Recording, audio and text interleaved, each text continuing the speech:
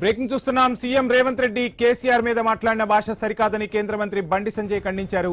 గతంలో కేసీఆర్ కూడా ఇలాగే మాట్లాడితే ఖండించామని చెప్పారు.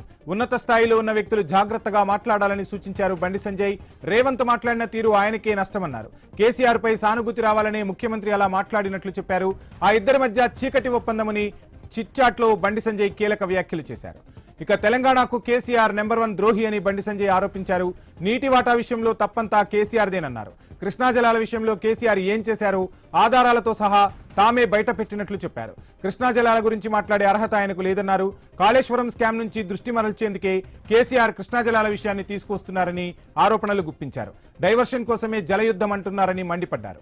ఇక కేసీఆర్ కుటుంబమే తెలంగాణకు పెద్ద శని అని బండి సంజయ్ ఘాటు విమర్శలు గుప్పించారు. అందుకే ప్రజలు కేసీఆర్ ను ఫామ్ హౌస్ కే పరిమితం చేశారని అన్నారు.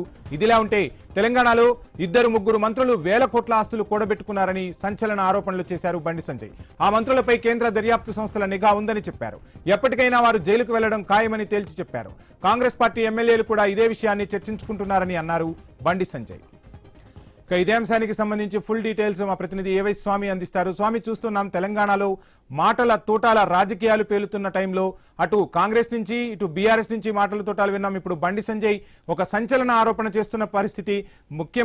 మాజీ ముఖ్యమంత్రిపై సానుభూతి రావడం కోసమే ఈ వ్యాఖ్యలు చేశారంటూ వ్యాఖ్యలు చేస్తూ తెలంగాణలో ఉన్న 3 మంత్రులు వేల కోట్ల ఆస్తులు కూడబెడుతున్నారు, వీళ్లపై కేంద్ర ప్రభుత్వ నిఘా ఉందని కూడా సంచలన ఆరోపణలు చేశారు. ఏంటి అసలు బండి సంజయ్ కమెంట్స్ కి సంబంధించి డీటెయిల్స్? వంశీ, కేంద్ర మంత్రి బీజేపీ సీనియర్ నాయకులు కేంద్ర హోంశాఖ సహాయ మంత్రి బండి సంజయ్ ఈ రోజు దివంగత మాజీ ప్రధాని అటల్ బిహారీ వాజ్పేయి పెద్ద జయంతి సందర్భంగా భారతీయ జనతా పార్టీ రాష్ట్ర కార్యాలయం శ్యాంప్రకాశ్ ముఖర్జీ భవన్ కు చేరుకున్నారు. అక్కడ మీడియాతోని కాసేపు చిట్ చాట్ చేశారు. చిట్ చాట్ లో అలాంటి అంశాలు కూడా మాట్లాడారు. ఉదయం కంటోన్మెంట్ లో ఉన్నటువంటి పార్క్ వద్ద అటల్ బిహారీ విగ్రహానికి పూలమాలలు సమర్పించి నివాళులు అర్పించినటువంటి బీజేపీ నేతలంతా కూడా ఈ రోజు వాజ్పేయికి సంబంధించిన జయంతి వేడుకల్లో పాల్గొంటున్నారు. కానీ బండి సంజయ్ బీజేపీ భవన్ లో పలు రాజకీయ అంశాలపైన తన ఆలోచనలు పంచుకున్నారు. ఇక్కడ మీడియాతో మాట్లాడుతూ రేవంత్ రెడ్డి మాట్లాడిన మాటలు సరికావు, మాజీ ముఖ్యమంత్రి కేసీఆర్ కు సింపతి పెంచడం కోసమే ఆయన ఇలా మాట్లాడుతున్నారు. ఒకవైపు రాష్ట్రంలో కాంగ్రెస్ పార్టీ చేస్తున్నటువంటి వ్యవహారాలపైన కూడా ఆయన చర్చించారు. ఒకవైపు భారతీయ జనతా పార్టీ వీటిని చూస్తూ ఊరుకోదు.